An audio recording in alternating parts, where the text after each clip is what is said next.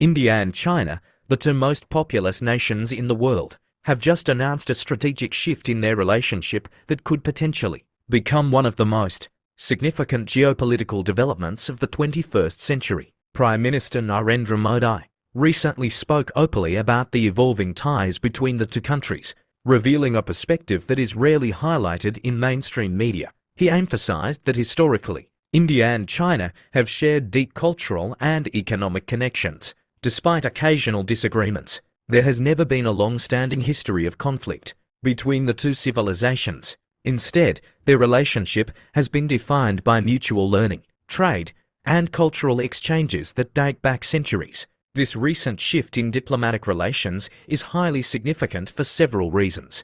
India and China together account for over 1/3 of the global population, and more importantly, they contribute to more than half of the world's economic growth. If these two countries continue to strengthen their ties, they could become an unrivaled force, shaping the future economic landscape of the 21st century. Modi stressed the importance of dialogue and cooperation over discord, reinforcing the idea that diplomacy is the key to fostering a stable and mutually beneficial relationship.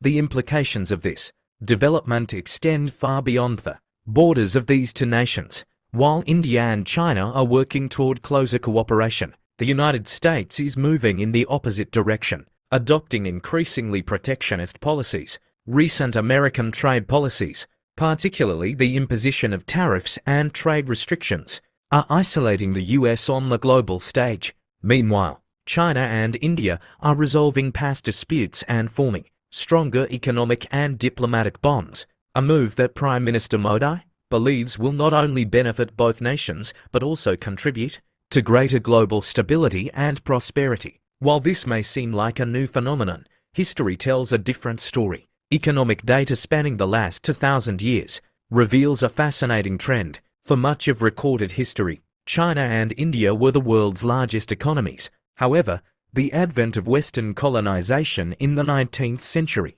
led to a dramatic decline in their economic power.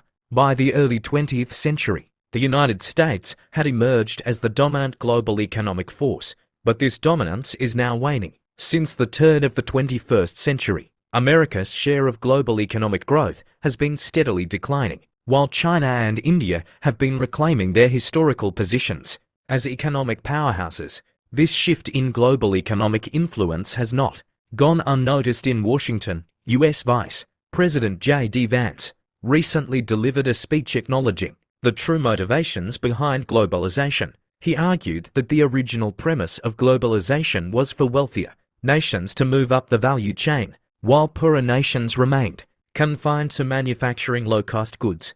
The assumption was that countries like China and India would never catch up in terms of technological innovation and economic development. However, that assumption has proven to be deeply flawed. As these developing nations became more efficient in manufacturing, they also advanced in high-tech industries, creating competition that threatens America's economic position.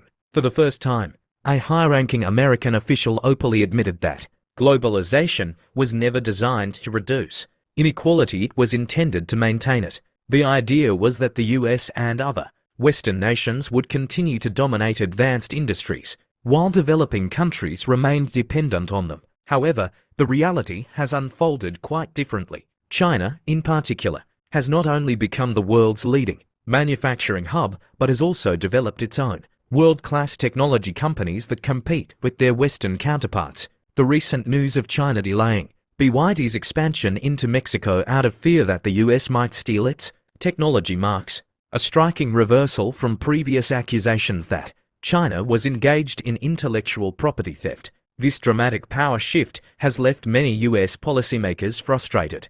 J.D. Vance's speech essentially confirmed what many had suspected. The goal of globalization was not to create a more equal world, but to secure Western dominance indefinitely. However, China has successfully built its own supply chains and now leads numerous high-tech industries. Meanwhile, India is on a rapid trajectory of economic growth and is projected to surpass Japan and Germany by 2030, cementing Asia's dominance in the global economy. The transformation of global power dynamics is occurring at an unprecedented pace, especially under the leadership of Donald Trump, his return to the White House has introduced a new era of economic and geopolitical uncertainty. While Trump promotes protectionist policies, countries across the world are reassessing their strategic alliances. A prime example of this shift is the recent high-level meeting between top diplomats from China, Japan, and South Korea in Tokyo. For decades, Japan and South Korea have been among the United States' closest allies. However, Trump's unpredictable policies have forced these nations to reconsider their position on the global stage, creating an opportunity for China to strengthen its regional influence. This meeting marked the first formal discussion between Japanese and Chinese officials in more than 6 years. It reflects a growing awareness among East Asian nations that they must chart their own path. Amid rising global uncertainty, Japan's foreign minister acknowledged that the world is at a pivotal moment in history, emphasizing the need for diplomatic recalibration. The trade war initiated by Trump has unintentionally accelerated China's economic and technological self-reliance.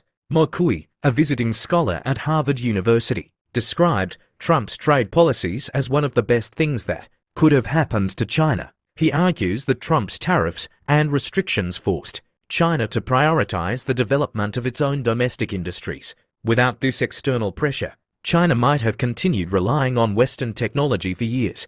Now, however, it is rapidly advancing in crucial sectors like artificial intelligence, semiconductors, and clean energy. Another key insight from Mo Kui revolves around India's evolving strategy. For years, India has sought to balance its relationship with both China and the United States. While India has historically been cautious about aligning too closely with China, there is a growing debate within Indian academic and strategic circles about whether the country should fully restore engagement with its northern neighbour. The recent resolution of the long-standing border dispute between China and India signals a new phase in their relationship, one driven more by economic and diplomatic pragmatism than ideological differences. This recalibration of alliances is happening across the world, not just in Asia. Countries are increasingly moving away from their reliance on the United States, particularly as Trump's policies create instability in global markets.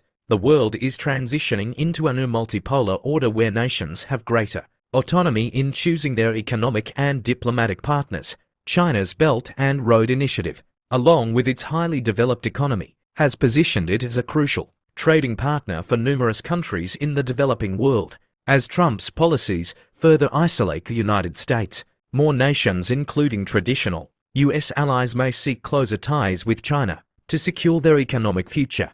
The most fascinating aspect of this transformation is that many in China actually support Trump's presidency, contrary to what many Americans assume. Within China, Trump is often referred to as comrade nation builder, a humorous nod to the unintended benefits his policies have brought to China's growth. While some in the West believe that China views Trump as a threat, many Chinese intellectuals see him as a catalyst for their country's continued economic advancement. Mo Kui explains that China is large enough to withstand external challenges as long as it focuses on strengthening its domestic capabilities. In his view, Trump's aggressive stance on trade and technology was a wake-up call that motivated China to accelerate its pursuit of self-sufficiency. This perspective highlights why China is less concerned about Trump's policies than many in the United States might expect. As we conclude, it is clear that we are witnessing a historic shift in global power. The alliances and economic structures that have defined the modern world are rapidly changing. While Trump's policies may be fueling uncertainty, they are also accelerating a global transition toward a multipolar world, where countries like China, India, Japan, and South Korea are reassessing their strategic futures. What remains to be seen is how the United States will adapt to these changes and whether it can maintain its influence in an era where global power is becoming more evenly distributed.